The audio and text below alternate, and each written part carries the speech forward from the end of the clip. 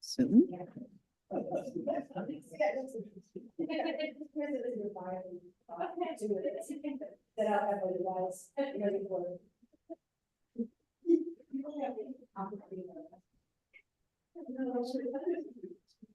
Anita, is Chris out of town? Chris Caius? Yeah. Is Chris Caius out of town? Well, where is he? That's why he was. Turn my mic up. What? Yeah. Yes. Now it's off. Oh, sorry.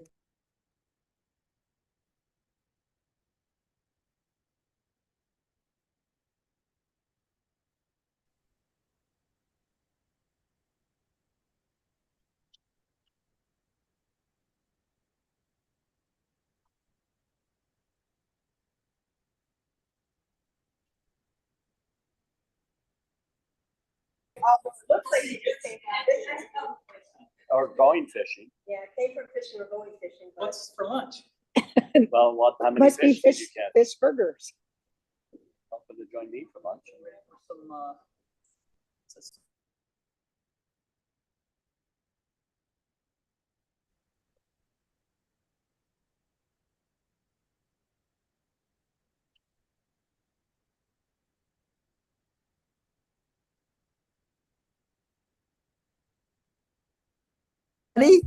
Thank you for being here today. Welcome, everybody.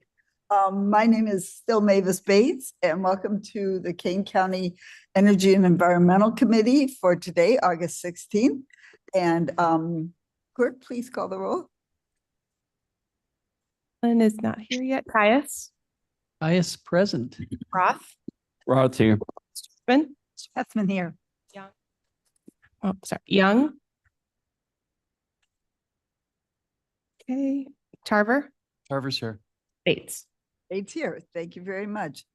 We have one request for remote attendance from Mr. Young due to business. Is that okay with everybody? Yes. Okay, thank you. He hasn't joined us yet. I imagine he'll be joining soon. I have a motion to approve the minutes from June 14th. Madam Chair, this is Caius. I would ask for unanimous consent to adopt those minutes. Do I have consent for that? Yes. No objections? Thank you very much. Do we have any public comments today? I have none listed. I have none signed up in person or on agenda or non-agenda. So I will turn to Ms. Wolnick. Thank you. I had one item that I just wanted to mention to the committee that came up yesterday. Our electric aggregation consultant did send us a draft of the letter that goes out yearly to the residents that are can opt out of that electric aggregation program. It does go out on county letterhead. And so I just wanted to give everybody a heads up. We forwarded the letter to the state's attorney to make sure that they're aware that that letter will be going out to those residents to determine if they want to opt out of our electric aggregation program. As a reminder, our rates for that program are currently the same as ComEd's rates. So there's no change, but the county does get that civic contribution that we will be utilizing towards the residents to help them with energy savings in their homes. So just wanted to give you all a heads up. If there's any questions that come up, if your constituents received that letter and are confused, certainly point them in our direction and Sarah can help you. And next on the agenda, we have Mr. Roth's request to have a conversation about methane gas from Kane County landfills. We have Steve Niehoff here from Waste Management, and also I believe Rod Stipe was going to join us on Zoom. And we don't really have a formal presentation today from Waste Management, but Steve is going to give a little bit of background on the Kane County landfills, and then we'll open it up to any questions regarding methane and how our landfills are potentially impacting the greenhouse gases in Kane County. Thank you, Steve. Is this mic live? Yeah. Great. Okay. You just have to be really close to it. And close to it. So, good morning. My name is Steve Niehoff. I'm the Director of Air Programs for Waste Management, covering roughly the northern half of the country in Canada for us, dealing with our landfills, our air compliance, our air permitting, our greenhouse gas emissions, and our sustainability efforts. Rod Stipe is not able to be here. He actually woke up yesterday morning and tested positive for COVID, so it's probably better that he's staying at home and joining us remotely, I think. But yeah, so like I said, we, as Jody alluded to, we have nothing formal prepared. I would just say that some of the articles that have come out recently in the Tribune and everything else have dealt mainly with the satellite evaluations of emissions from landfills. I guess just building on that, there's been a lot of very interesting and new things happening in the field of emissions measurement for us in the past, I'd say probably about 5 years. Satellite aircraft drones, we are getting access to a lot more information from much higher above than we are currently used to getting from our landfills and everything. So detection has been something we're looking very significantly at. There's been a lot of great advances in that field, I think. Going from detection to quantification is something that we're still looking very closely at. It does need some additional work to kind of refine those a little bit. Any of those satellite readings now kind of still come up with very large error bars in the calculated emission rate. You know, we'll say 300 kilograms per hour, plus or minus 250 kilograms per hour, I think. So they're working very hard on trying to refine and narrow down some of those calculations, I think. So we're seeing a lot of that at a lot of our active landfills. As you guys know, in Kane County, we have 2 closed landfills here in Kane County, one of which I think is still owned by the county at Settlers Hill and Midway, and one that is privately owned but closed at Woodland. Both of those are closed sites. And I would say as far as the, overall greenhouse gas emissions from those landfills, they've been closed for a long time. Woodland was closed back in 2002, so we're going on 20 plus years of closure with that site. Settlers, I think, was finally fully closed in 2006, I think. So after these landfills close, the gas generation drops off considerably. As we've seen from the power plants that we operate at both of those, gas flow to the engines and turbines for generating electricity at those facilities is down considerably, which is to be expected from a closed site, I think. And what we find at closed sites especially, continuing to apply vacuum to the field, which we are, and continue to collect gas from those. Collecting gas and, maintaining your cover are probably the 2 biggest things that you can do to reduce greenhouse gas emissions from these closed sites. Both of those hills are still in very good shape. We've got quite a bit more soil, I think, on Settlers now than we even used to after construction of the cross-country course. More soil is generally better to keep that gas in, and even gas that does get out. And there is a lot of biological activity in the upper levels of that soil as well to further kind of reduce that methane. So gas collection and cover is really where it's at as far as closed landfills especially go, I think. And we've got the added benefit of both of those. Both of those landfills do continue to generate electricity. The turbines we have at Settlers and the engines we have at Woodland. So not only kind of reducing emissions from those landfills, but continue to further offset power generation from other fossil fuels, continues to kind of reduce the overall emissions impact of those facilities too. So that's my short-ish spiel, I guess, about landfills. Any specific questions about the Kane County landfills, I'm happy to try to address as best as we can. Roth here. Mr. Roth. Yes, there was an article in the Tribune on May 19th. Mm-hmm. And it was, the article was saying that we're not detecting the leakage properly, that it's actually a lot higher than, and they reference Winnebago landfill. Mm-hmm. And there was some pushback in the article that the landfill companies are saying, well, they disagree with the EPA. So you're saying it's changing. I finally got the article printed up, so I have it on my laptop. It's 13 pages. So I don't necessarily want to present it, but they're saying it's like 10 times or 51% higher than what's being claimed that's being tested. And so I don't know if you have read that article and can speak to it. I can't speak to Winnebago specifically. That's not one No. of our facilities, but I mean, they share some of the same issues that a lot of landfill companies Right. have, I think. You know, right now, the regulatory standard for emissions detection on those is a ground-based standard. You know, it kind of Right. results in a technician walking the site with a meter just a couple Right. inches off the ground, I think. What we're getting now is we're kind of able to corroborate that or fact check it, I think, with some of the data we're seeing from satellites, I think, and everything. And so the difference in calculated emissions that is kind of alluded to in the article, right now, EPA's rules for greenhouse gas reporting specifically tell us how to calculate those emissions, I think. And I think as we look at the full body of work between what we're seeing on the ground-based evaluations as well as from the satellite, I think it's pretty clear that we probably, you know, should be continuing to kind of review and refine those calculations as we get Right. more data, which is really what's going on now.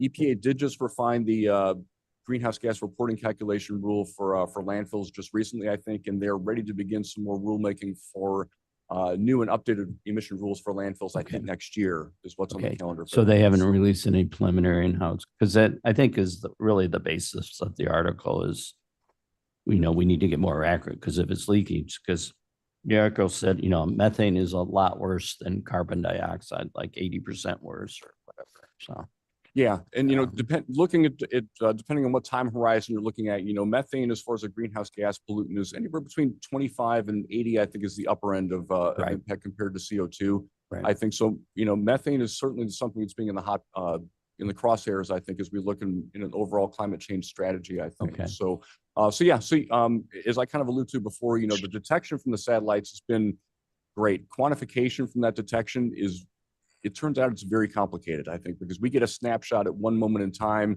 The satellites don't work great when it's, you know, raining or snowing or at night or cloudy even, I think, and stuff. So we get a snapshot and try to convert, you know, very brief instantaneous reading into kind of trying to apply an emission rate over the course of a year. It's not quite there yet as far as being able to accurately quantify it, but you're right. I mean, more work needs to be done and is being done in that kind of field of quantification and detection. okay. So you made a statement, you said EPA is hopefully coming out with new recommendations next year, or at least preliminary for discussion. Yes, the landfill air rules, they were due to be updated July of this year, and EPA didn't hit that deadline. They were talking about 2026 for a while, but there was apparently a White House meeting that I think they didn't invite EPA to, Yeah. we're told, I think. EPA was then informed that they need to have their updated rules out by the end of 2025, is what we're being told now. So we're expecting more rules to review and comment, and we're probably expecting some changes, I think, as far as the kind of review and quantification and detection of emission in those rules. Okay, thank you. Mr. Caius. Sure. Maybe I'm curious about maybe the scale we're working on too, because 50% more of one is way less than 50% more than 1,000 or 1,000,000. So and I apologize. I didn't read that report in the trip. Could you, you said you had it? I'm getting ready to send it out to the whole committee here. That would be I great. got up early this morning to finally get it. It's 13 pages. If you print from the website, it's 18. So I edited out all the ads. That's very nice of you. Thank you. Well, it makes The, it readable. But again, and then I would ask maybe if Mr. Roth knows what the scale of that is, or have you done any analysis on that? I haven't for- had it. Okay, a so chance It'd be on that. interesting to see. I have a question. Do you see technology improvements that are needed or will be recommended? On a bigger picture or in the Kane County landfill specifically? Both. I think that we are going to see some changes in recommended technologies in the upcoming rule. I think that, you know, the satellite data is there, that is now publicly available to everyone. Another company, Carbon Mapper, actually has aircraft data that they're flying. So we're getting data from satellites, from aircraft, and from drones. You know, the uptick in drone usage has been kind of impressive in the past few years, just as far as the capabilities of what they're able to do with an unmanned drone like that, I think. So none of these is a silver bullet. You know, we've not found that one of these is a perfect end all be all measurement situation in all cases, I think. And so I think what we'd expect to see and what we'd hope to see, I think, from EPA is just rules that kind of allow and incorporate all these existing technologies. It kind of leaves the door open for even new ones that might be coming as well, because, you know, more data is better, I think, in our perspective, I think. And the more data we've got from the more sources to, you know, really drill down and get to a finer point on this, is I don't see a downside. Mr. I guess that goes to the point that I know it's amazing they can detect it at all. Really, Mhm. I understand it's a clear odorless gas. It is. Oh.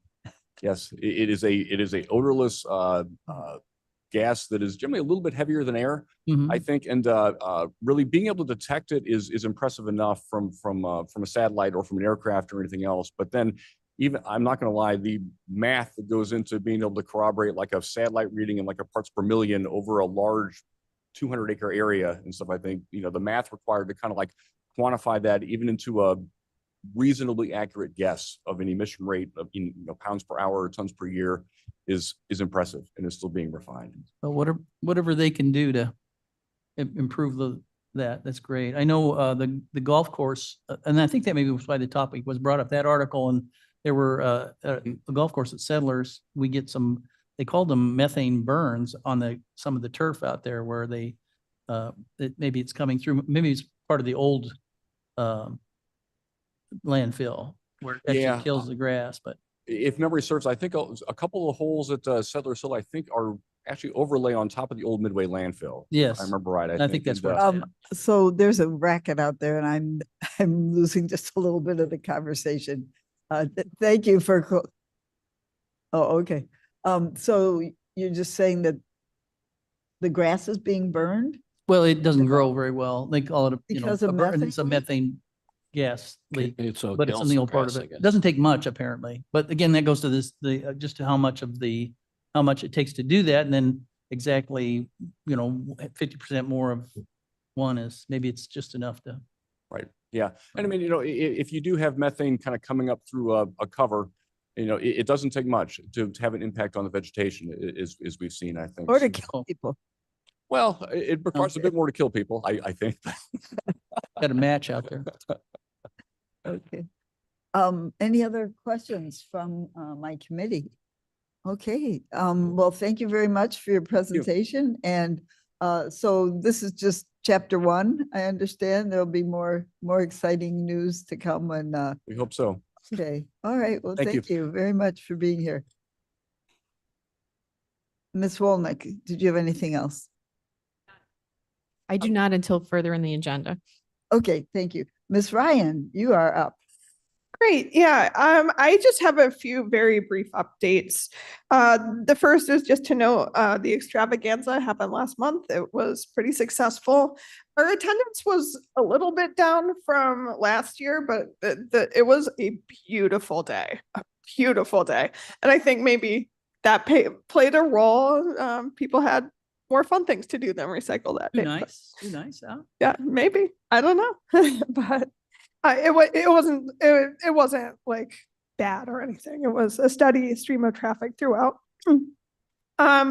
Just to let you know, I am planning to submit a composting and food waste reduction grant application to USDA. Is due on September 4th. One of the activities we'll be doing is actually bringing composting to the AJC for the food scraps generated from the kitchen. My understanding is it's mostly like post-service waste. So it's food that comes back to the kitchen on trays that the residents there did not want to eat. And so we've got buy-in now from Aramark and from the sheriff's office. So if we can get the money, it looks like a go. Just a quick update on the Fabian project I presented last month. I did present it at the admin meeting earlier this week. There were some questions about how it fits into the kind of long-term plan for the greater Fabian property. Understandable. I think our intention at this point is to still move forward with the project. And, if there are concerns, we could potentially like divide that part of the parcel off of the rest of the property. But that's the goal, is to still move forward. And then just a final little fun highlight. I don't know if I probably haven't talked about it to this committee yet, but I started a worm bin downstairs about 1.5 years ago, just to see if I could get it to work. And so now it's been 1.5 years of success with no stinks in the office, no fruit flies or other nasties crawling around. So I decided to highlight that on a new subpage on our webpage. If you want to find it, easiest way is just to go to kanecountyil.gov/recycling. And then under what's new is one of the top items on the homepage. And it actually does a whole walkthrough of how to build your own system if you want to do that. And so far we've probably composted close to 400 pounds of food scrap through that. They eat up to 5 pounds a week. So That is very exciting, Miss Ryan. We used to have a woman come to the Green Fest. She hasn't come in many years, but she was the urban worm girl. So maybe we can make you the rural worm lady. sure. Mother of worms. Mother of worms. Miss Lewis. There's a business out in Big Rock, and they come to the farmer's market every Saturday. And he sells like the worm casings in big buckets. And he also has like fertilizer made from all that. Yeah. And he's really cool because what he does is he goes around to other businesses and gets their buckets to use to put his stuff in. So he like totally does everything. And he's a really cool man. Do you know the name of the business? I have his card at home, so I'll forward it to you. Yeah. Really cool to talk to. Yeah. And I buy his stuff and I think it works. You know what I mean? It just, Yeah. I think I met him at the Gardener's plant sale. yeah, probably. I couldn't nab him for the Green Fest though. Yeah, He was yeah. Busy. The worm man. And worm, Guys, and worm casings are worm turds, right? Yes. Sort of. Yeah, but Yeah. much. Very good for the soil. casings is a nice euphemism. Yeah. It ends up looking just like compost. It's kind of a coffee groundish looking and feeling material. It doesn't have any odor. No, it doesn't. It's yeah. The plants love it. There you go. Good. Where are you putting your 400 pounds of compost? Oh, so 400 Can I sign pounds up? of food doesn't make 400 pounds of compost, but so far I've been putting it on the King County Garden and building just behind Building B. So Okay, great, Yeah. great. We should get a picture of that. I did. Yeah, it's in King County Connect, so it's a picture. Okay, good. Yeah. Okay, thank you, Miss Ryan. Is there anything else? Any questions for Miss Ryan? Okay, thank you. Ms. Hinshaw, Sustainability? Yes, good morning. I also wanted to add, Claire went to National Night Out and apparently she was a huge hit with all the kids and the worms. Hmm? Yes, yes. And lots of pictures were taken with kids and worms and her, so, good morning. Let's go to our resolution here. We have the same resolution that we've had for many, many years, since 1998 with USGS and the stream gauges. The requested amount is, I have to look up there, excuse me, $74,060. This will be coming from ARPA funds this year. This will be to continue the stream gauges, again, which helps very much so with like Davis and kayaking and figuring out where the water is at that day, and long-term studies for scientists to see patterns over many years. Yeah. Okay, thank you very much. Mm. May I have a Right. motion? Caius will move. Second? Strathman, Caius and Strathman, thank you. Is there any other discussion on this? So like Sarah said, I use this sometimes when I'm going out kayaking to see if it's safe or not, so keeping me safe. No further discussion. Clerk, please call the roll. Allen, Allen, I. Caius, yes. Roth, Roth, yes. Strathman, Strathman, yes. Young. Yes. Thank you. Tarver, Tarver, yes. Bates. Bates, yes. Actually, Madam Chair, I did have one question. I'm sorry, it slipped my mind. The funding on that is still sound as we go along. I know it was it the Riverboat that was doing it? Yeah, we requested 3 years worth of funding for these gauges from ARPA that we received approval on. So this is our second year, so we'll have one more year from the ARPA funding for the gauges, and then the funding will be back as a request in 2026 for Riverboat. Okay, and this is a long-term We've been doing this a long, long time, so it's very valuable. Need to keep it. Is that sustainable to you to keep doing it as a riverboat, or should it be? That's a question for the board. We'll, Okay. we'll see. It is Beyond it's her one of pay the three grade. E's: environment. Definitely. Okay, we're good then. Ms. Hinshaw, back to you for, Yes, okay. So we wanted to talk about, where are we here? Whoop. Which page? There we go. I want to talk about our meeting on Saturday. So we had our first kickoff meeting for our climate action plan. So now we're in the stages of implementation. So we had our meeting at Brewster's Lodge on Saturday. I'm going to go through a little bit. So we had about 45 people there. We had about 80 that signed up. And so far we've reached out to all the people that weren't there. We also reached out to all the people that were part of our survey. So over 800 people. And we're slowly getting trickled into, oh yes, I still want to be a part of it. Please sign me up for this. Several people have said, sorry, I've missed it. I was sick. And so we are climbing up in that scale of our teams. Right now there's anywhere from 5 to 7-ish people on each team. And again, we have a list of mostly around 10 or 10 plus that have signed up so far. So slowly that will start trickling in more. One thing that we really wanted to emphasize on this was that our implementation teams were the leaders in this. Austin and I are 2 people. Many people that we've talked to that do kind of run these implementations. When we talk to people in Northbrook, we talk to CMAP, we talked to someone in Bloomington, I believe, and many of them said that it's all in-house. So they have a team of 10 people, 15 people, and they pick 1 or 2 things a year, and then they go after 1 or 2 things. And so this is a little bit different. Even with talking with Ted Redmond, he was saying that this is different. It is definitely driven by the community. The community is doing the research. Of course, we're fact checking everything and making sure we're on task with everything. But this way we can do this faster. And again, it has that real community feel to it. Not community feel, it is community. And that's what we like very much so about this way of doing this.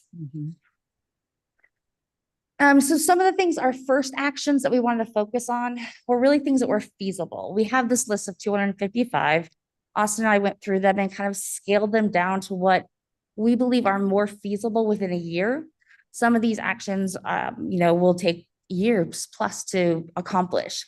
So again, in the beginning, we wanted to focus on things that are short turnaround, potentially co-beneficial. That's in all of them, but ones that really, are co-benefit in terms of taking care of water, taking care of health, taking care of air, and also working with established partners. That is kind of, again, that first go around talking to partners that we know, that we're familiar with, that we've worked with in the past, to be able to kind of move forward. So we have kind of priority lists. We focus mostly on the low priority list, and not necessarily just things that are harder or will take longer. So our low priority list is volunteer and education. Those are a must, right? You have to have that education to the people, to the community, to be able to continue on and move forward with policy changes at all. So our medium is things like financial incentives and really pilot projects and analysis. Those are definitely take a bit longer. So things like a turf grass study. Where do we have it? How can we can we remove it? Can we change the native? That's more of a long-term study project. And then our definitely higher ones are changing policies and ordinances. Those are going to take some time. And that community-wide shift and a more climate-friendly behavior. This one is definitely something that's higher up on the list, where you have a community that, right, where you, an example of, when you first, someone said, recycle this, right? That might've been, okay. And the shift in recycling from 15 years ago, 20 years ago to now has drastically shifted. Everyone recycles, hopefully. And so having that behavioral shift is something that takes a little much longer, but hopefully there. so the priorities are, the low, medium, and high are obstacles. Right? Yes. Low obstacles. Yeah, medium that's a obstacles, great and way to high say it. obstacles. Okay. Yep. So I'll just quickly kind of go over this. So we have our first kickoff meeting. The idea is that each team is going to eventually, in a couple months, come up with 2 actions, right? They're going to do their research on different strategies and different actions within those strategies. And by the time October runs around, each group will have 2 to focus on. Over that next month or so, they're the ones, again, that are doing the research. We're there all the time. We're talking about potentially office hours with our staff. So that can be something that someone can call in and just talk to Claire at some point if they like to, or Sophia Hamilton and health, just to make sure they're going in the right direction, right? And on the right path. Things that may be more obstacle in terms of municipality government wise, to be able to make sure that, those things can be accomplished. And around November, then Austin and I will take this, review this, and do a very big deep dive over the next couple of months. Again, with Christmas in January being months that people aren't in the office as much. So we will take this to all of the partners that we need to, right? Conservation Foundation, CMEP, whoever we need to talk to, and of course in staff. And by February, we plan to have a very solid plan to actually start implementing those actions. So we will be implementing about 18 actions then, starting in February. And then the plan is to do it again. And during this time over the next few months, it is a learning curve for us. So things will be tweaked, timelines may be changed, and how to do this, just keep improving on this process. So this is just saying that we are providing all the meeting space if people need it, or Zoom. We have set those up already for everyone. We are also having a recap. So August 22nd, we can send it to you if you'd like. This is kind of what we're talking about though, but we're having a recap for people that did not come, that still want to know about it and still are planning to be part of the group, just so we can explain this better for them.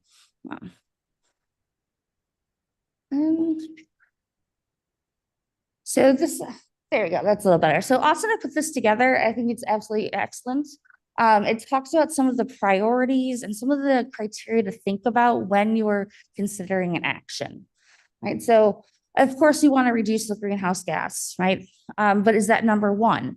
Maybe education is number one, right? So just, we need the education again to be able to step forward.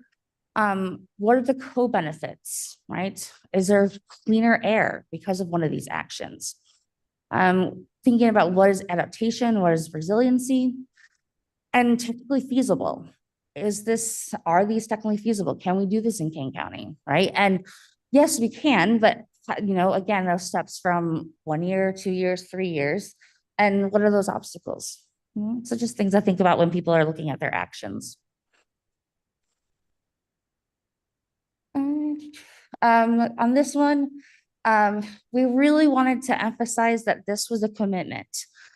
We are thinking about making a volunteer pledge for people to sign. We haven't quite got there yet, but really, so people understand, like, if you don't want to be a part of it, like, we still want everyone to be a part of it, but there's some work involved in it, right? Our estimate was 5 hours a month. That could be much higher, much lower. That was our estimate. And so, and as Austin said, follow your intuition, always. This was Austin's. I thought I'd leave it in here. Who was the first president to put solar panels on the roof? Does anyone know? Jimmy Carter. Yes. Carter. Okay. And then we also want to reach out across. We did have a couple people there that were commissioners from Batavia. We had someone that was on the county board for Geneva or St. Charles, excuse me. And I put the townships because I cannot name all of the villages in King County and all the towns. There's a lot of them. It would just not fit on here. But I'm trying to reach out. I do have just someone from Geneva, someone from St. Charles, someone from Elgin. That is that kind of intergovernmental group. We do have an internal group of staff members that are going to be working on more internal municipal actions. And so we're continuously to reach out to see if we can have that intergovernmental substantially, so we are not duplicating information, so we're sharing as much information and to be able to achieve it across Kane County altogether. And then we wrapped up with Mavis, and final word for Mavis and putting the solar panels on every doghouse. And that actually exists. You can actually buy solar panels for doghouses. Yes. Any questions from our meeting Saturday? Just from Ms. Hincha. Is that your dog? This is AI generated. Oh, Cute, isn't it though? Do we have to have a dog? Yeah. Maybe you've heard me say this. I don't want to rest until there's a solar panel on every doghouse. So thank you, Senator Sarah, for making my Do that. dream come true. Thank you. Any other questions, Ms. Lewis? So, not a question, a comment. I went there Saturday to support Mavis, and because we passed as a board a climate action plan, I felt it was my duty to put skin in the game. And I did not expect to be recruited to be on a team, but once I did, I'm very happy to do it. And I'm actually excited. But I went home and I told my daughter, I said, I got to do scholarly research. And she was like, okay, Mom, got time for that too, but no, I think it's extremely important. And like, luckily the committee that I'm on is the climate economy. Yes. We're on the So same it all team. falls within, the jobs thing, which we're part of. So, I'm really happy to see where this all goes. And, I was really excited about the fact that the people in that room are like really, I guess high caliber is not the right word, but I mean, we had environmentalists, we had people that had their home, gardens, and people that really, really have, a great deal of knowledge in different aspects of the climate action. So I think involving these people just is super critical, because if you don't involve the community, nothing's going to work. So I felt really stupid being around them all, but I'm going to learn. It's okay. It's going. I'm going to learn. Anyway, thank you for doing this. Okay, great. the technical term is duped. Oh, okay, it's- Thank you. What's the technical term for stupid? No, not for that. Uninformed. Finding out that Yeah. I know. Yes. And Mr. Roth, do you want to make a comment about the, I Meeting? the tree. Tree huggers? Table. It's related to ag. microphone? Mike, the mic. I joined the tree committee because it's related to ag and also transportation. Because we definitely, I've been saying for over a year or 2 years, we need to plant more trees. And I was very excited to see both. It's wonderful to have you there. Any other comments about or questions for Ms. Hinshaw? You have, I said something last night to a group of friends. I said, my staff is amazing. And they didn't know that you're supposed to write these plans and put them on a shelf and never look at them again. So what our fantastic staff is doing is making sure that this plan gets implemented. And Ms. Wolnick was always the one who said, it's got to be the climate action implementation plan, not just the climate action plan, but she wanted the word implementation in there. And I agree. Here we go.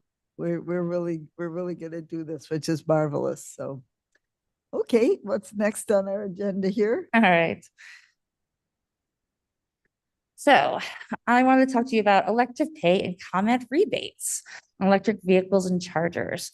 So this elective pay and ComEd, I'll kind of start with the ComEd one and then talk a little bit more about elective pay and then see how much we're saving through some of these vehicles and chargers we're buying. So first, ComEd had put out a rebate where it's for chargers, make ready chargers or the making ready part of it, also for vehicles. Different scales for businesses, commercial, and for just personal. So for us, we have 2 electric cargo vans that were purchased in 2023. The ComEd put this out in February, but they were backlogging it or letting anyone from 2023 still apply, which is awesome. And then came a check and we couldn't quite figure out where it went to. It was from EV rebates and finally figured out it went to Heidi. And she applied, it's 5,000 each for the cargo vans that she received. Yeah, which is excellent.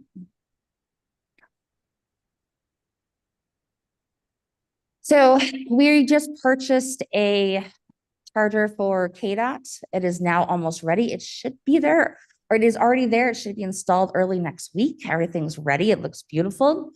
So once installed with the charger, each port, so there's 2 ports on it. So not like the one we have 2 sides, right? And so each port for ComEd, and I don't know how they came up with this, it's $5,333 rebate. And so once that's installed, right, we have to take some pictures and, provide all the receipts and stuff, and we should receive $10,666 back. Wonderful. Yes. So our IRS elective pay. So this is for governmental and tax exempt businesses.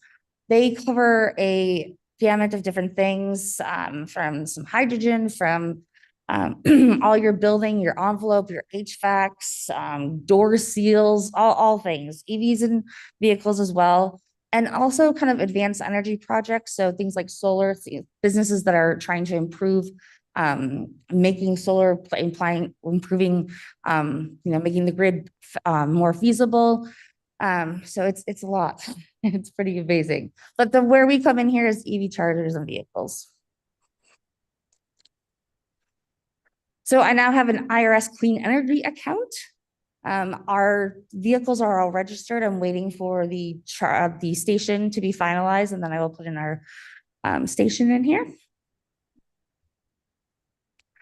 So for the station, it is located in what is considered a rural area.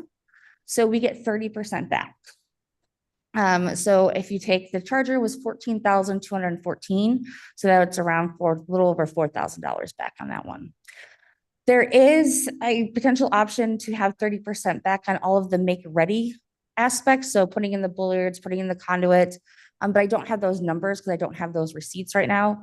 And so this may go up in price on return, but this is specifically just for the charger itself. No. Excuse me. Yeah. Do the rebates apply to the make ready? Mhm. Oh, The IRS one does, yeah. I just don't have the receipts from KDOT yet to be able to present that. Where's this going? Somewhere in KDOT. Okay. But yeah, Village of Burlington. Burlington. Yes. They're- Yes, I just don't know where in the buildings. Okay. Their headquarters is in Burlington, so I would guess it'd be there. Yes. I did have a question, since we don't pay income tax, how do we get a credit? So it's called a direct pay or an elective pay, and it's specifically for tax exempt government entities. That just Okay. started Okay, last November. Under the Inflation Reduction Act, yeah. Yes. okay. I just wanted, because I just wanted a clarification. So- Thank you. Finish and then I'll give my spiel. Okay.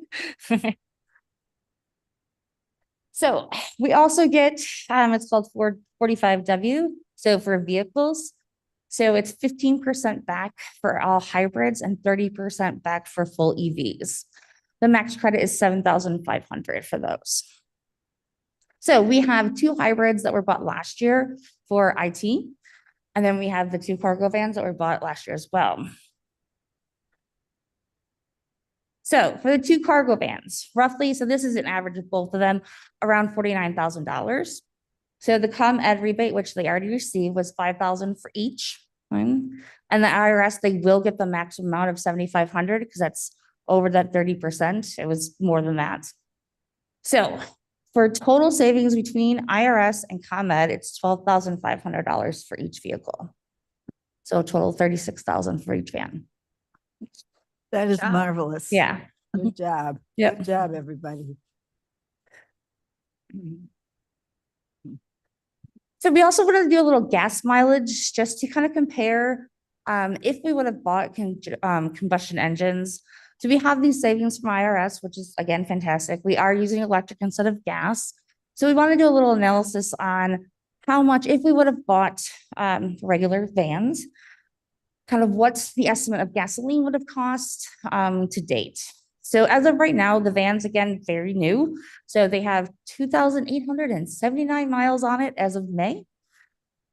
That was the last time I checked. And roughly, if I looked at a 2023 combustion engine, it gets about 14 miles to the gallon. So we did a calculation, so about 14 miles to the gallon and how many miles we have on it right now. That's equivalent to, we would have used about 202 gallons so far of gasoline.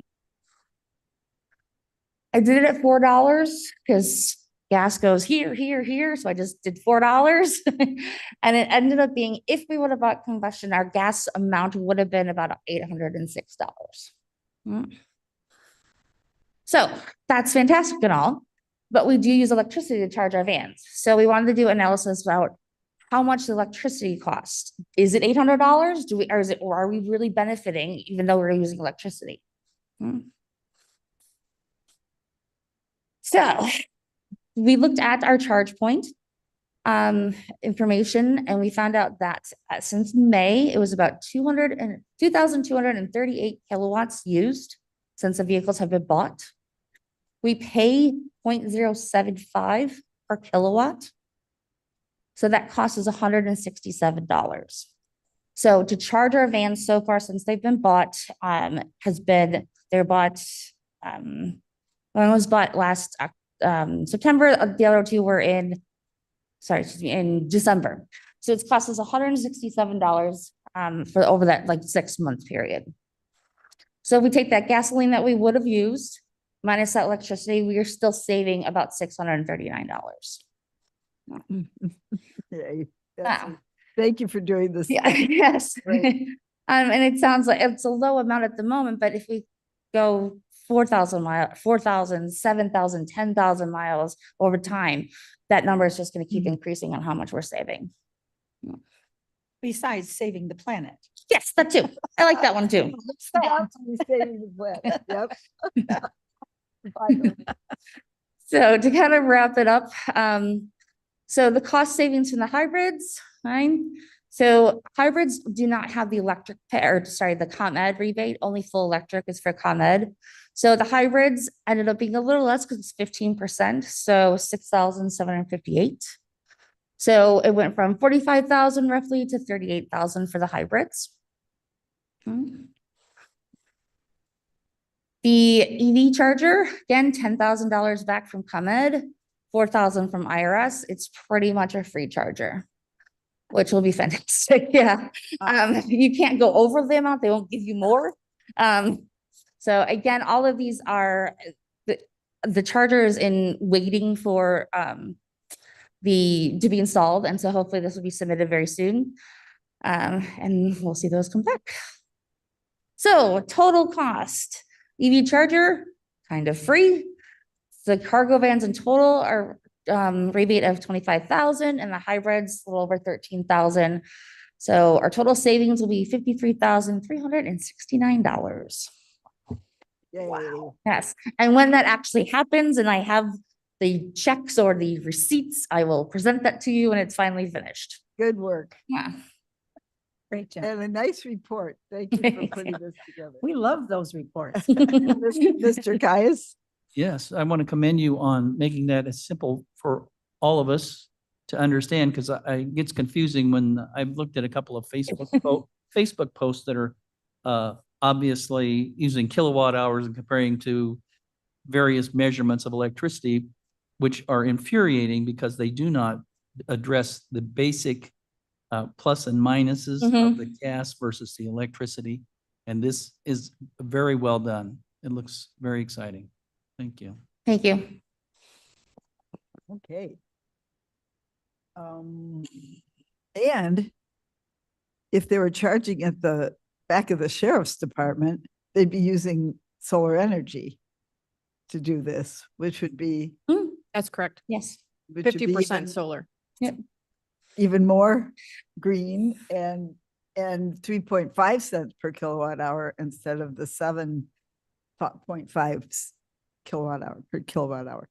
And Mr. Caius? when do we get more free chargers out here? So the Metropolitan Mayor Caucus is applying for the charging infrastructure grant. And so the minimum cost to apply, you have to apply for the charging infrastructure grant with a minimum of $500,000. So obviously Kane County can't quite apply for that. I started looking through and I was like, okay, let's get some rule, let's do a bunch of rule, you know, grants, but they applied last year and they were told basically that it was just so many people applied. And since they did apply last year, they can kind of reapply in a little bit on like a little bit higher up there. So they can reapply with the same or they can apply differently. So what they've done a call out to across, you know, the county and the areas, all the areas to see who wants chargers. Last year we applied, Ivy had put in for the judicial center and the Health Department. health department has one at the moment. I think the one she put in for was the circuit court. And so this year I put in for 6 for up in this building, because that's what we've talked about previously. I put in 2 for the judicial and 2 for the branch court. So we'll see, that's due August 28th. So it'll be a little bit before we find out, but And we were part of that Metropolitan Mayor's Caucus grant application last year. correct. So. Yeah. So is she just, do we have to do anything or she's just? I already did apply. They have some new stipulations about safe driving and about like your safety rules in your county. And so I had to look up some of talk to Jackie and Forbes to kind of figure out, you know, looking at their complete streets. And so we just had to say like what Kane County was doing, which met some great qualifications in there. I was able to fill all of that out for them. So that was new this year in the grant, instead of just a summary of why we would like it. Okay. Excellent, excellent. All good news. Thank you.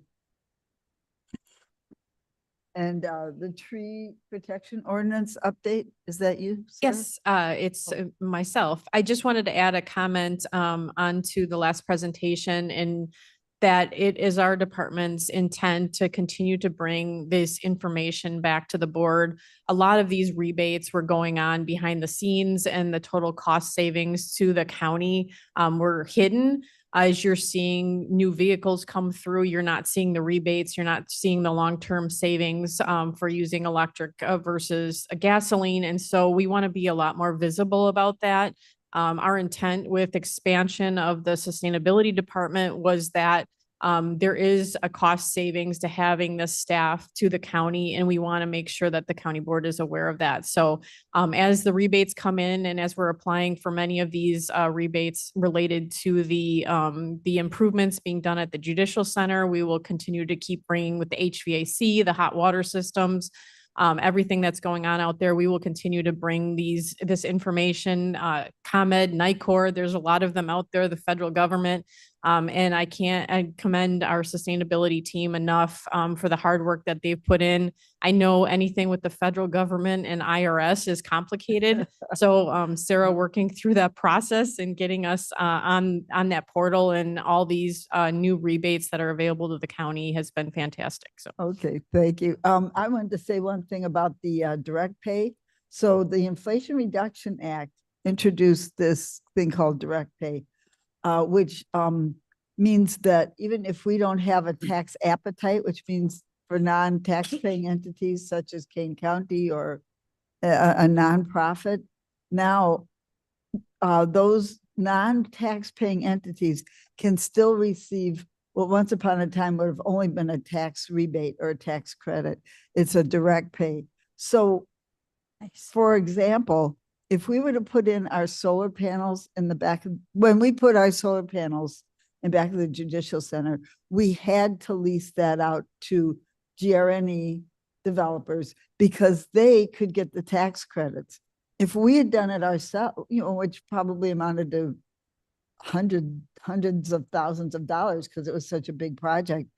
If we had done it, nobody would have gotten the tax credits. So it made no sense for us to own those solar panels.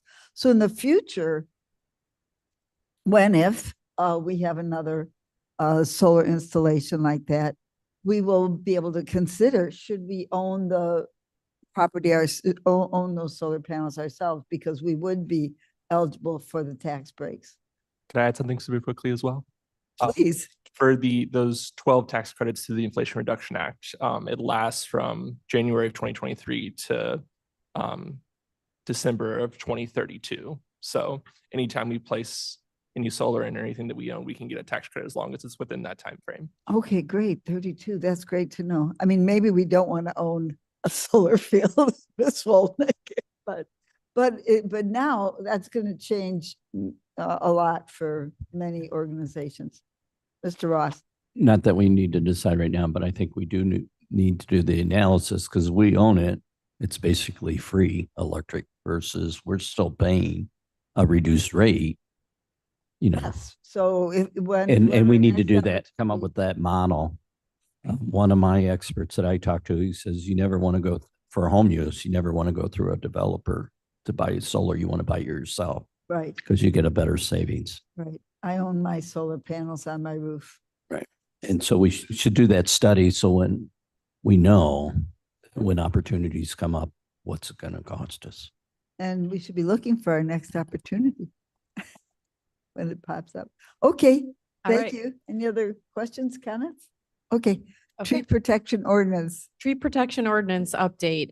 So this month, what we wanted to do is take a step back and really drill into the details of the first draft of the tree protection ordinance and some pretty significant changes that we're suggesting consideration by this committee as we go forward, trying to get a better understanding of how this would actually be implemented and making sure that we are addressing the comments that we received from the public as well as the committee members. So what I'd like to do today is go through some of the major aspects of the tree protection ordinance and how we see those potentially being revised, and then receive comment back from this committee to make sure that we're all on the same page before we go to the next draft of this. Our intent is to have some public meetings on the north of the county and the south of the county to receive public comments as well. So I'm going to go, feel free to jump in on any of these slides as I'm going through. Because like I said, the tree protection ordinance was quite significant in a lot of pages. And I think we want to simplify that for our residents and anyone needing to apply for a permit. And so I want to look in great detail as to the impacts of this ordinance and what you are seeing versus what we're seeing, and make sure that, again, we're on the same page with this. So the first major change in the first draft, we had designated heritage and protected trees. And I'll get into the difference in the permitting for a heritage tree versus a protected tree in a couple slides from here. But in general, the heritage trees were considered the oaks, the hickories, and any trees greater than 20 inches, except for invasive trees. Whereas the protected trees were all trees greater than 6 inches, except for the invasive trees. In the current draft that we're considering, what we want to do is simplify this and only have the term protected trees.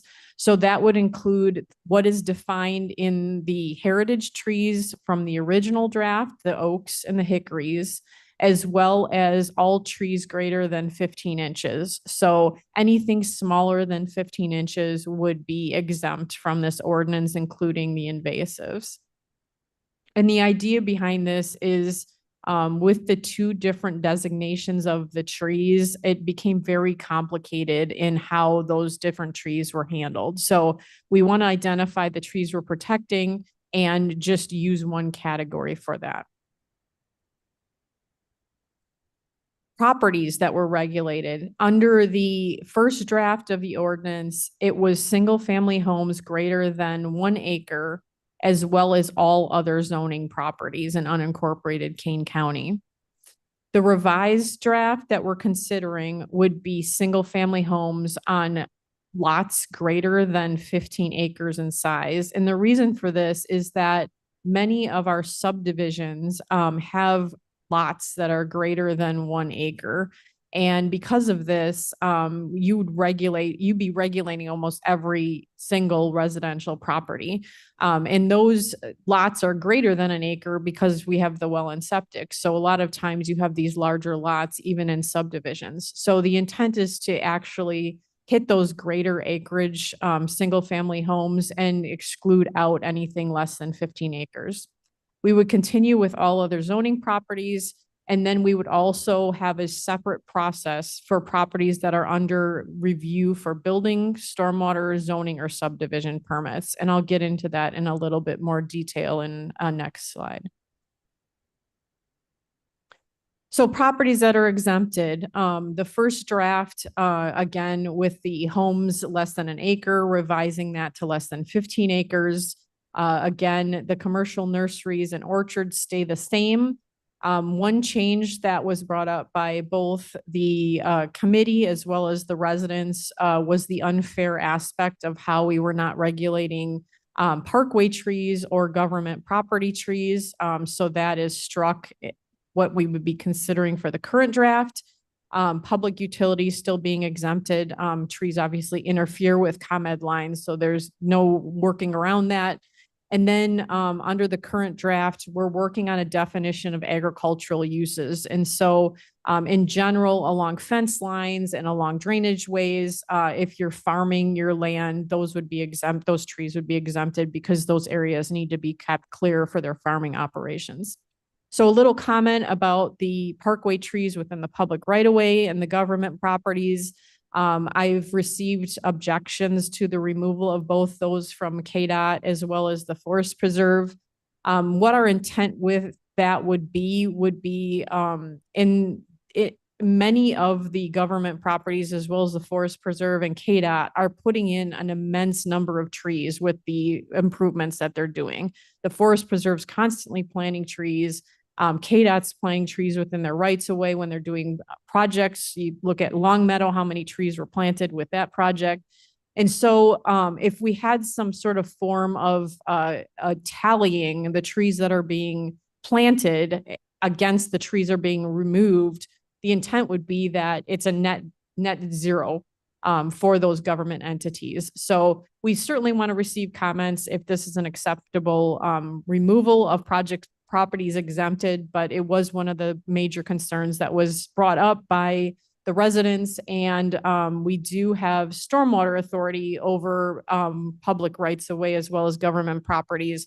And so exempting them from the tree ordinance was a bit different than we've regulated other ordinances within the county and the fact that those properties were included. So something to consider.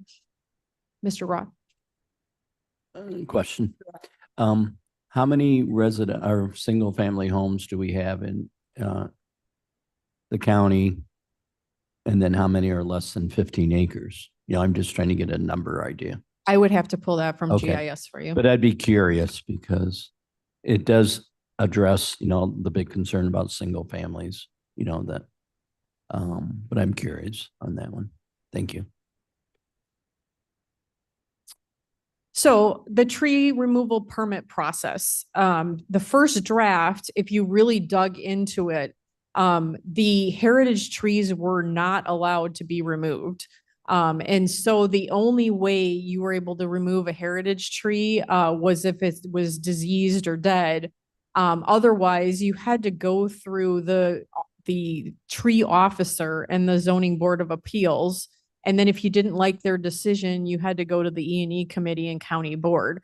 So there were very few reasons in the original draft allowing the removal of a heritage tree. And I get that we're trying to protect those trees. Those are our oaks and our hickories. But the process that was outlined in the first draft was incredibly cumbersome for somebody trying to remove one of those trees. And then the protected trees were allowed to get a tree permit, and there was a $75 fee. So now that we're looking at just one category of trees, the protected tree, so we're eliminating that heritage tree and the current version of the draft.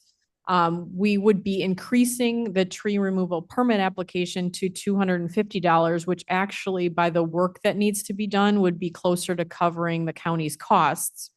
We would still have an appeal process through the E&E committee, but any tree could be applied for a tree removal permit. So you wouldn't have to go right to the zoning board of appeals for a oak or a hickory.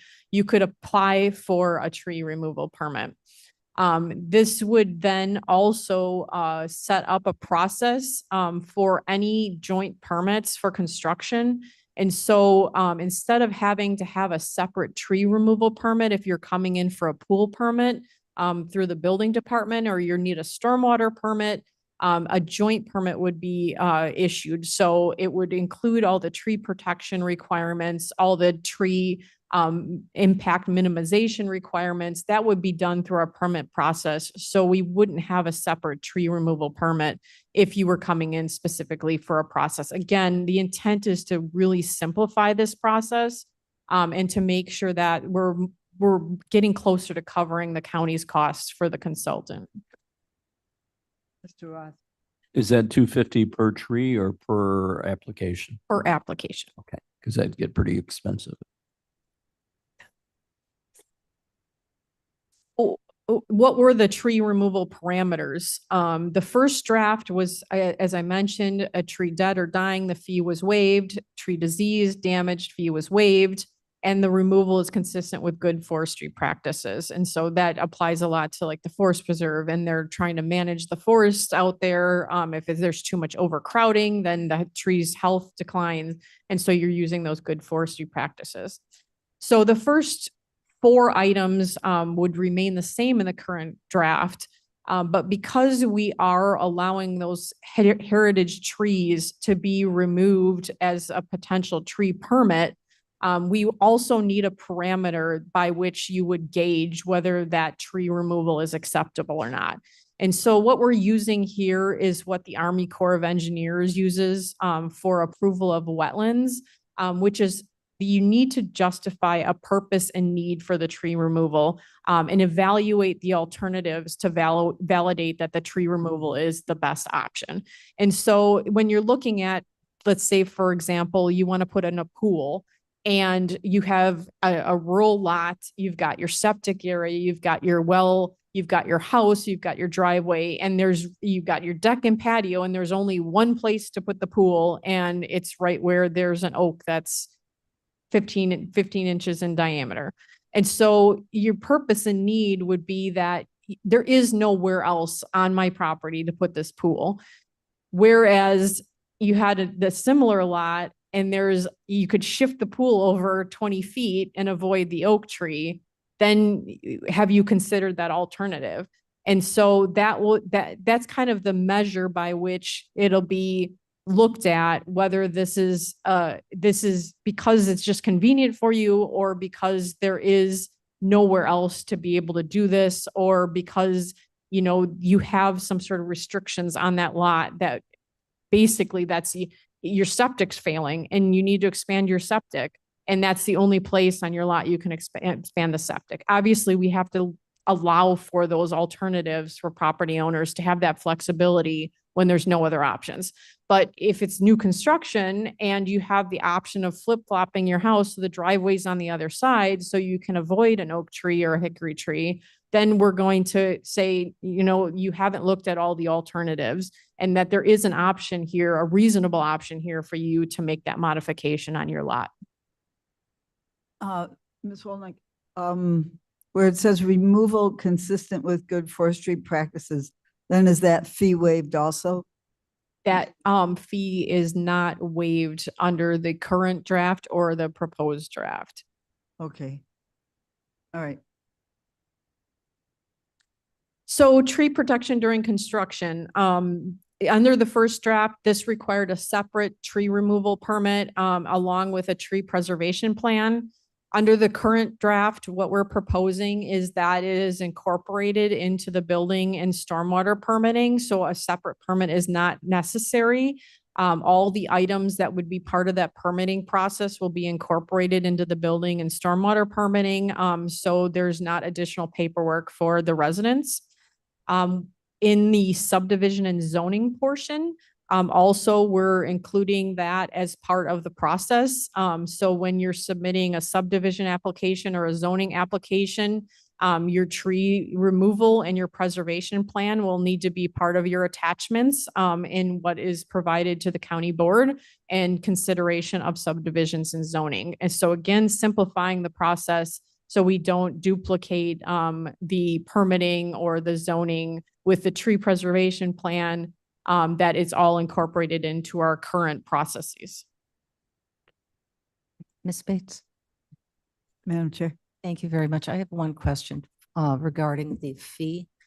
What if you may have 15 acres of land and you're facing financial duress and you're not able to afford the $250? Is there a waiver or a discount for that opportunity, or is that a set fee? Because it can be considered from a large amount of money to go out for a permit. Ms. Wallen? The protection of the trees is assuming this is a healthy tree that doesn't need to be removed. And so if there's a financial hardship and they're expending the cost to remove that tree, then the permitting fee, I think, is reasonable. If the tree is dead or diseased or potentially going to harm the property and it needs to be taken down, the fees are waived. Oh, very good. Okay. So the intent of this is it's not you're only paying the fee if it's an unnecessary reason to take down the tree. Thank you for that clarification. That's an important one.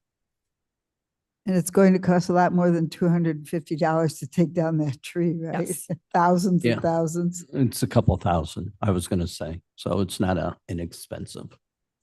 Yeah. And you're voluntarily taking down that tree. It's not necessary for safety reasons. So invasive trees, this was another area of concern that we had in the first draft, was that the property owner basically had to prove to the director that the trees that are being removed were invasive, which it potentially included hiring an arborist to do that, and then having the county arborist under contract verify that. If you recall, the invasives are not required to have a permit, but they need to be proved out that they're invasives. And so you still need to go through all the steps, and it's still going to cost a property owner money to do that.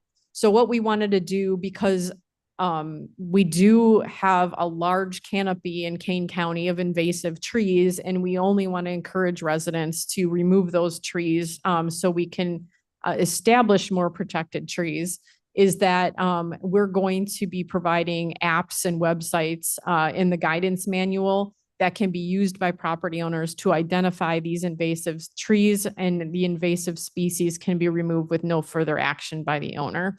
So this simplifies this, and it helps promote the removal of these invasive trees in Kane County, and doesn't make the challenge of proving that out more onerous. Hailing back to my past life as an invasive plant person, there are a couple of invasive tree species that could be of that like protected size class in Kane County that you're actually going to make your problem worse by cutting it down.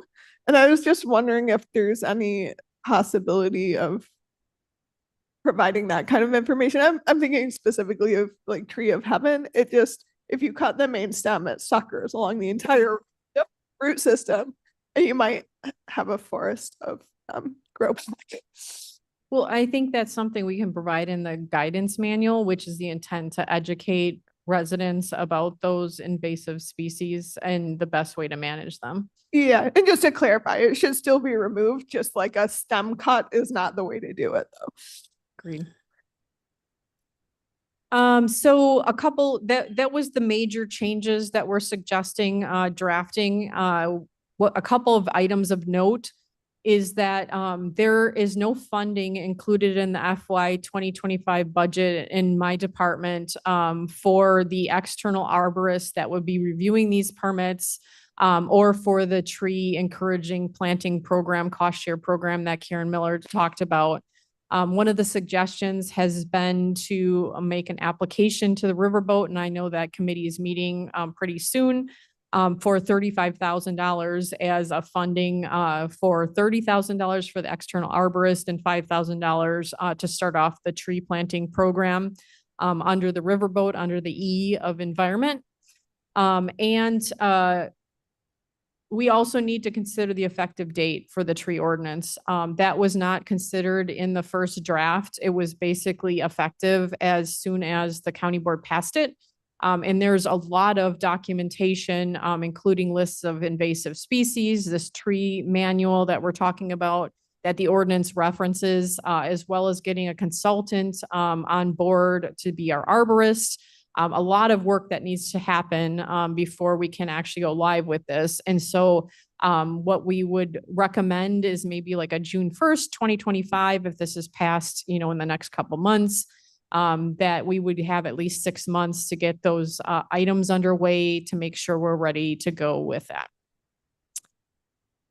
The last item is next steps. So confirming today that the committee has a voice approval of the direction that we're going with this, or any concerns that they might see. Then after this meeting, our intent is to set up, working with Sarah and our sustainability team's great efforts with the climate action plan, to set up some meetings in the north and south, to solicit public comments on the draft. And then we would like to return an actual full revised draft to the committee for discussion in October. Mr. Roth? Jody, could we, Roth here, go back to the slide where you talk about the arborists? Have you talked to the Forest Reserve about maybe doing an intergovernment agreement that we use part of their time? Because this is not a full-time Yep, I did. And position. they do not have staff available for this. But if it was an intergovernment, we could potentially pay less than going to outside. Yes, but they have opted to not participate in this, as they do not have staff available. Okay. Thank you, Mr. Roth. Any other questions? So can I have by nodding of the heads or comments? Do you approve the direction that we're headed so far, and we're We headed for a need to good? move forward. I mean, we'll before we final approval, we'll review it again, right? And I think we need to get feedback too. Agreed. Thank you, Ms. Wolnick, and the Sustainability Department for moving this forward in a direction that I think is feasible, doable, digestible to the people of Kane County. So I'm excited. I think we're moving forward well. So do you so you think by October, what was going to happen in October? The you think? revised draft will come back. And we can what- maybe yeah, vote what on we'd it like by to October? do, what we'd like to do is again, drill down into those details in a PowerPoint instead of just providing you the full draft. We'll provide the full draft, but I think, and my vision of it is we're going to cut out a lot of the content because it's very long and very confusing. So it should be easier to digest, but I think having a PowerPoint of the highlights and those final versions of what it's going to take for somebody to go through the permitting process and making that very clear to everybody is really important as we move forward with this. So we don't get, at the 11th hour, like confusion over how this is going to be implemented and what trees are going to be protected. So I want to make sure that it's very clear to the board what you're looking at, what you're passing, and how the process is going to work. So there aren't any surprises when we get to that final draft. Great. I have Ms. Chapman. Thank you, Madam Chair. I think that this removes the idea that this is punitive. This feels less for people who were objecting to this. This does not feel punitive. And I think that's what we want to do is, say it's not for punishment, it's to protect the trees. And I think you've done a good job on correcting that. For the new developments, subdivisions, things like that, what does the 15 acres apply for them as well?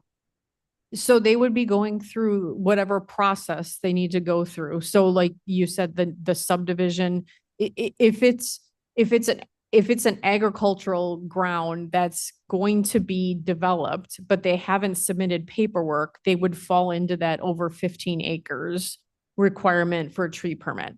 If they actually are going through the county's process, they will fall under the zoning or subdivision process, and that tree preservation will be part of that process. And so when we're looking at like the Geneva situation, it would have fallen under the greater than 15 acres. We have the protected tree section.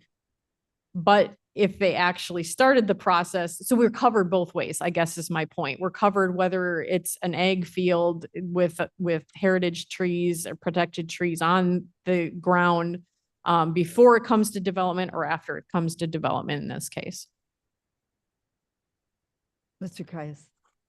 Excuse me, and speaking of the Geneva project over there, how would have this, had we had it in as it's proposed, affected, do you think, that particular project? Well, it would have fallen under if they did it like they did, where no applications were applied for yet. They would have had to come in with a purpose and need for the removal of those protected trees. And so they would have had to justify the reason that they would have needed to remove all those trees, and the trees that they preserved, which they would have had to come up with a preservation plan for why they need to remove these trees. It would have been very difficult for them to justify with no development plan. So that then would have put them in the development plan section saying, I need to remove these trees for this development plan I have, in which case it would have come through zoning and subdivision, and we would have seen how many trees that they were going to remove. And then we would have had to look at the development plan in detail to see how many trees are necessary to remove versus what kind of changing of their layout could have preserved more trees. And in either case, the ordinance as it was previously written and as we're revising it has the replacement trees in there. So if there were, say 50 trees and they could preserve 30 of them, the other 20 would have had to be replaced with the same by diameter, the number of trees that would have been necessary to cost share into the replacement trees. And so whether they still ended up removing some of the trees, I have a feeling that many more of them probably would have been protected because they couldn't have justified that purpose and need for having to remove them. And is that okay? And wouldn't have wanted to have paid the penalty for having replaced them? Is that the idea? Yeah, then they would have had to pay the penalty and or use the replacement trees. That section we're not considering changing. And so the penalty for removing them still remains in the ordinance as it was. I don't want to give anybody ideas, but if somebody were to chop a 15-acre piece of land into two 750 pieces of land and make it a sale of two smaller parcels, would we still be able to protect those trees? If it was a sale to two different owners, then no. We're intending to use the same definition of a site that we use under our stormwater ordinance. That way we're consistent. We have a lot of parcels of land that are operating as one piece of land that are under different pins. And so we ran into that same issue with the stormwater ordinance is, no, this is a separate pin. So I get 25,000 square feet of impervious area on this one and this one and this one and this one. So the way the stormwater ordinance is written is that if it's operating as one site, so whether that be a subdivision in an industrial park, that's all one site, even though there's potentially additional owners or a subdivision that way. One site. Yeah, it's one site. Whereas if you subdivide it and you actually had two different owners with two different houses on two different sites, then they would technically be. But if somebody just subdivided it for the sake of saying it's under 15 acres, it's still considered operating as one site. So that's worked really well for us on the stormwater ordinance for people trying to get around the impervious area.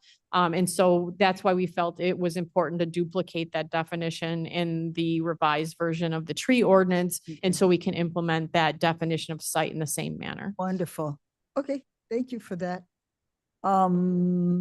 Thank you, Ms. Wolnick. So I think we've come to the end of new business. Madam Chair, Yes, ma'am. I have something under new business. Okay, please go ahead. Many of you know that I have been collecting water, my husband and I both, for Open Prairies.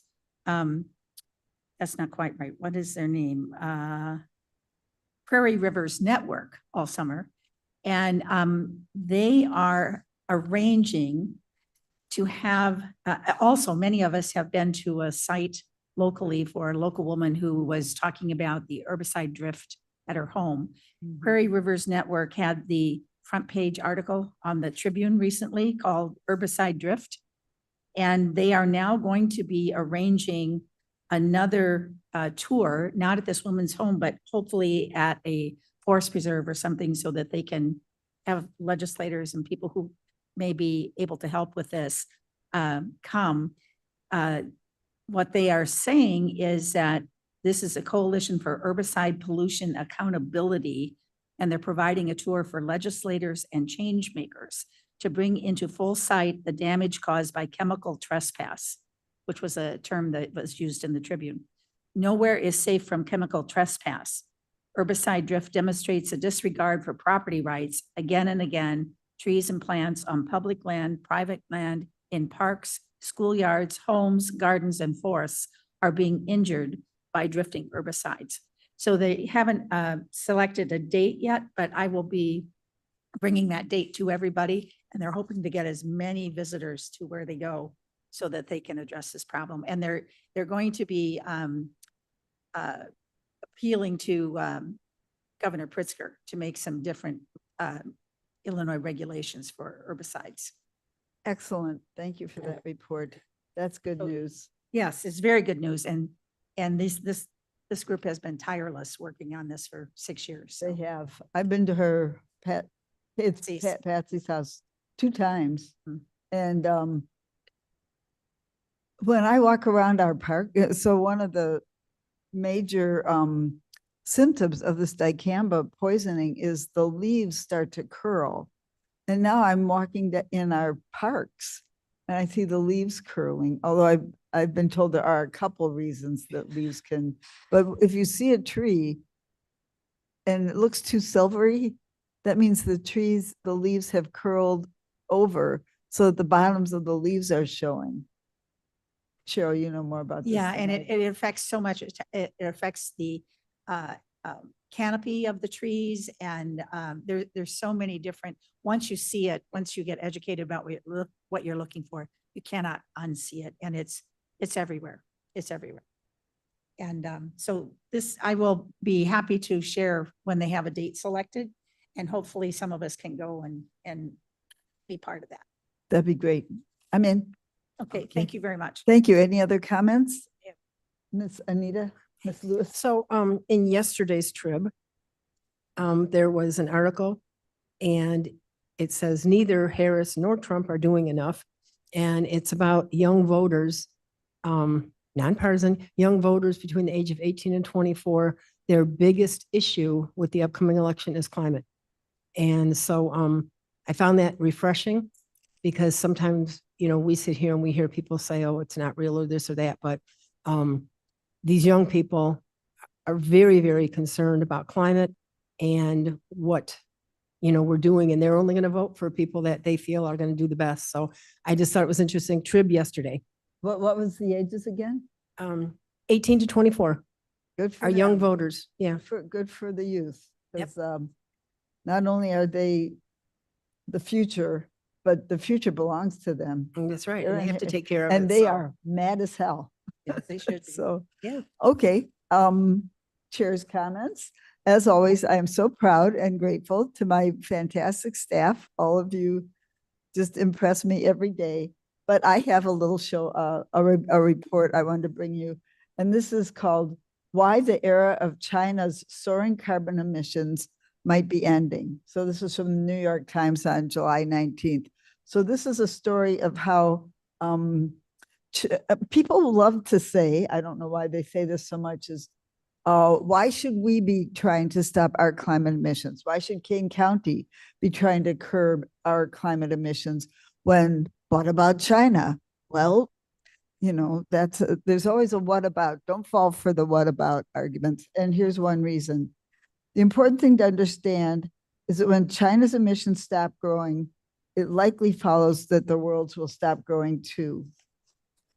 Let me turn the page here. The biggest factor in this shift is changes to how China produces its electricity. In short, renewable sources are replacing coal, the most polluting fossil fuel.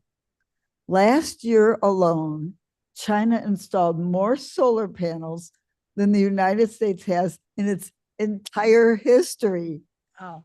And connected most of them to its electricity grid. Almost 2/3 of big wind and solar plants under construction globally are in China, according to a report last week. So China is moving, we are moving. I always think that for every little bit we do, we're influencing the world. And, maybe we're a billionth of the influence that is helping China to change its mind about taking care of climate change. But here we are. We're doing our part. We do when you're being responsible, when you're doing your part, when you're doing your bit for the children of the world, for future generations, for ourselves and our older selves, we have to be the leaders in this, and we are. So I'm very happy and very proud of everybody in this room. So with that, may I have a motion to put the reports on file, Mr. Caius? Okay, sure. for Ms. it. Caius, I would ask for unanimous consent to put the reports on file Yes. Ross? without objection. I'll second it or. Okay, thank Me you. too. Unanimous consent, great. There's no executive session needed that I know of. And I'll And- make a motion. Thank you, Mr. Roth. Who didn't get to move? Second. Okay, Caius. Thank you, everybody. Great meeting. Great meeting. Yep. Nice job. Look at that. Yeah,